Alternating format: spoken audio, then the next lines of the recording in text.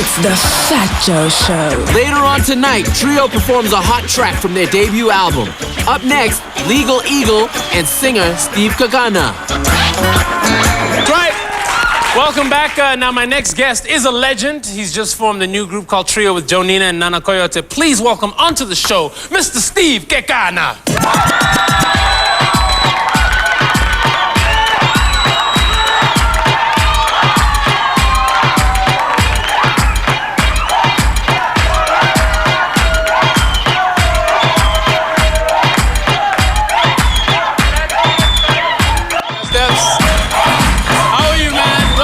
Show him, give you a hug. Yeah. There we go. And have a seat right here. Okay. There's a chair right here. It's right here. I'm here. You're here? Yeah, I'm here. You're here? Wow. Mr. Steve Kekana, on the show for the first time. How are you, man? I'm very well, and you? Pleased to meet you. Now, you've been in the business for 25 years. 25 years. 25 years singing. 43 albums. Yeah. 43 albums. That is such a... Now, after all these years and being in the business for so long, why all of a sudden join a group? Joining a group is or was a positive response to our fans' request. Oh, they were asking you guys to come together. They actually saw us performing together, and they actually asked us to compile an album together, Wow. the three of us. And we felt it was a genuine request, and we responded positively. And so far, what's been the reaction from people once you tell them that, hey, relax, the CD's out. Don't yell at me, the CD's out. I think we're going to get the first reaction from the Fat Joe, the Fat Joe Show. That's right, you guys are going to be performing later on tonight. Fat Show Joe. The Joe Fat. Yeah, the Joe Fat. I'm the lean Steve, and he's the Fat Joe.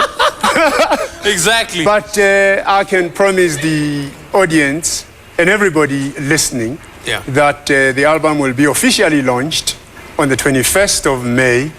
It is a masterpiece. Now, after such a long career, what is the key to keep, a lot of musicians come in 3 albums and they disappear, and then they get into, some other, what keeps a musician like yourself going after so many years? Passion, Baba. I can only tell you that is passion. Does it? Wow. I don't do music for the money part of it. The money part of it comes secondary, but the first primary reason for me doing music is the passion and the love of it. Wow. And, with the absence of prophets, I think that musicians are the prophets of nowadays. Yeah. They tell what is going on in the country. That's true. And they tell what is about to come in the country. Right. If you look at the music in South Africa now, you can easily tell what kind of a nation of a population is South Africa. You just have to listen to the music, and then you understand the population of South Africa. I've never thought about it that way, especially with Kwaito, you hear a lot of people complaining that, no, it's too vulgar, it's too this.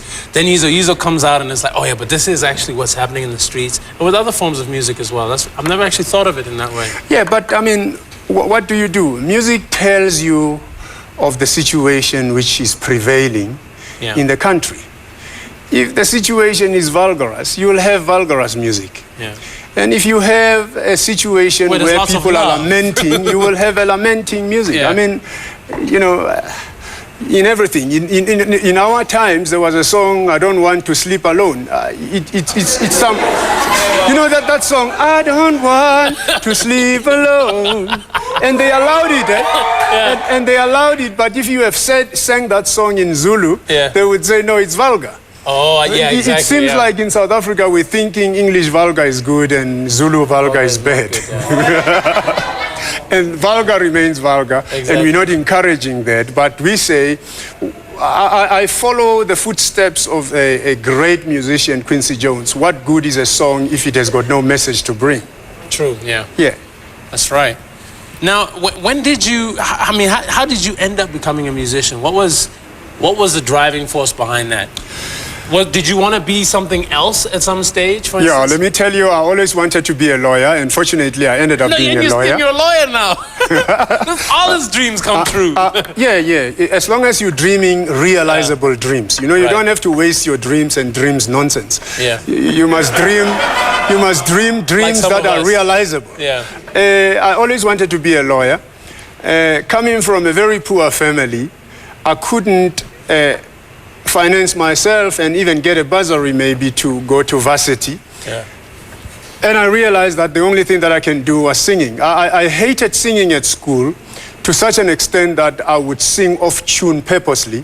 Right. Be thrown out. Yeah, to be thrown out of the choir. But unfortunately, a certain teacher noticed that I'm not vocally wounded as I pretended. Yeah. And I got some few lashes. And And after that, you were singing. yeah, I was forced then to go and sing, and I sang well.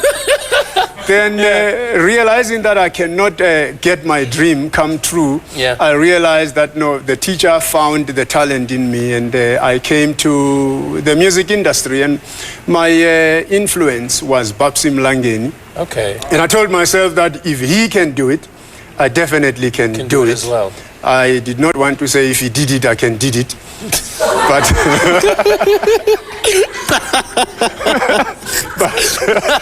yeah, Right, he remains my idol. Yeah. Okay.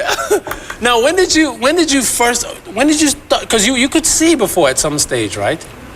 Not for very long. I could see until the age of 5, until I was attacked by a very funny eye sickness called glaucoma. Oh, I see. Okay. And, well, I had to accept that, boy, you no longer can see, Yeah. but you still have a vision. Was it an instant thing or was it gradual?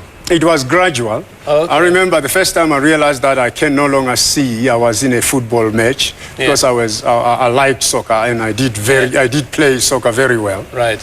And I was nicknamed Masterpieces. Oh my goodness. Masterpieces. So you were very good. I was very, very good. Superlatively good. Yeah. Okay.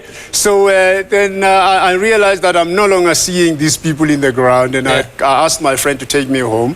Told my mom that, Mom, I'm no longer seeing. Take me to hospital. My mom didn't have money to take me to hospital. Yeah. So my sight just graduated, degraded. Yeah. They just degraded and until I was blind, as I am now. But I think it was a blessing in disguise that I went blind, and I'm. Why? It's a very interesting thing to say. Maybe I was gonna be very naughty. I think I'm a very naughty guy. Yeah. I think so too. I think so too. I think I'm. And this blindness saved me a lot. Yeah. Maybe I would be dead by now. Oh my! No, don't say that. Don't say that. Because I went blind, I managed to be an icon of many people. That's what I wanted to my ask motto you as well. is. My motto is every day when I get up, I ask myself a question: whose role model am I gonna be today? And whose role model are you today? I think I'm a role model of many people. Right. And definitely. most pleasantly, I think I'm a role model of my two girls. Wow. Yeah. You know, when I, in 1994, decided to go back to varsity and sit behind the desk and study, I think it was a motivation for my kids and the growing youth that it's never too late to go to school and learn. It is important that people must acquire knowledge because knowledge is the only weapon that we need It's power. to achieve whatever we want to achieve. We don't need AK-47s, we don't need any rifle. One clever person Worst thing in said, the world is to not know.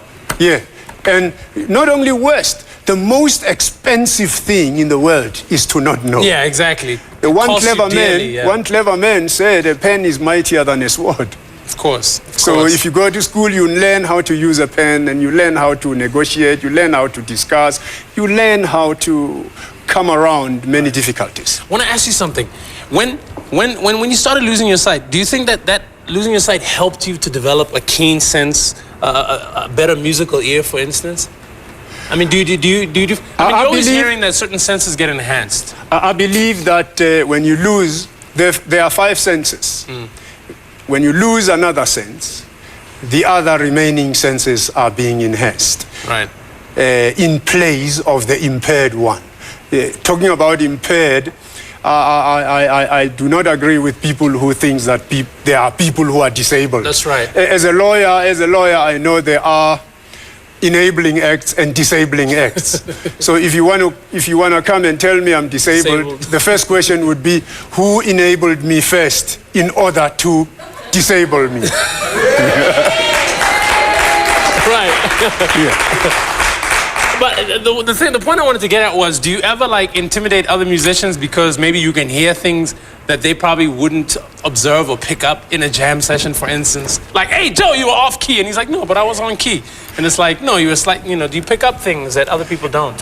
I do pick up things that other people don't. I hear a lot, and I know self-praise is no recommendation, Joe, Yeah. but I'm saying when it comes to intonation, Yeah.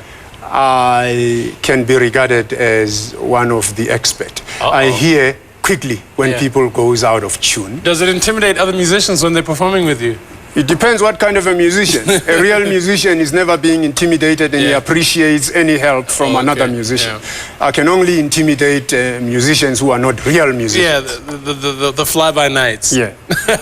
Tell us about your travels. You've been to so many places. What's your one favorite place to go to and perform where you get a lot of beautiful energy from the audiences? I mean, what are some of the places you've been to? I want to be honest with you. I've been to many places, but I still find South Africa the best place. I've been to Sweden. Yeah. I've been to Finland. I performed in Denmark. I performed in Norway. I performed in the USA. I performed in the whole of Africa, Zambia, Malawi, and the neighboring countries, Lesotho, Botswana, and Swaziland. So you've been everywhere. I still find South Africa the best. Wow. Okay, that's a very interesting thing to say. Yeah, you guys are the best. You're a qualified lawyer. Did you recently qualify? When did you become? I qualified in 1998. So not too long ago. Yeah. No, I got my 2 legal degrees in record time. I started in 1994 with a B Juris, which is a 3-year degree. Right. I got it in 1996. Finished that? Did your LLB? And I did LLB from 1997 to 1998, and then I got it in record time again, and with some few distinctions. Wow! Excuse us. Excuse us. All right. So you're a mean lawyer. Are you practicing now? I mean, do you work in the legal field? I'm working in the legal field. Right now, I'm a legal advisor in the Department of Sports, Recreation, Arts and Culture in Gauteng.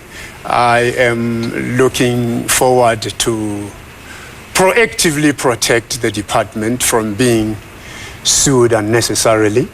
Oh, is it? And in the meantime, trying to ameliorate the musician's status insofar as grants and everything is concerned. I draw contracts for the department. I do all sorts. Active. Actually, I am advising the department in all sorts of legal departments, starting from labor matters, artistic matters, and the legislative mandates that affect the core functions of the department. Well, Mr. Steve Kekana, thank you so much for coming on to the show. He's going to perform for us in just a minute, but please give it up for him one last time. We're going to take a short break, but for more information on him, please check out our website. We'll be right back.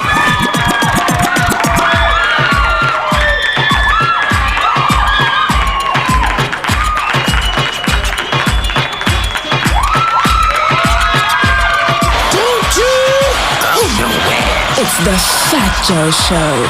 Next up, we prepare to get our bodies moving to the sensational performance by Trio.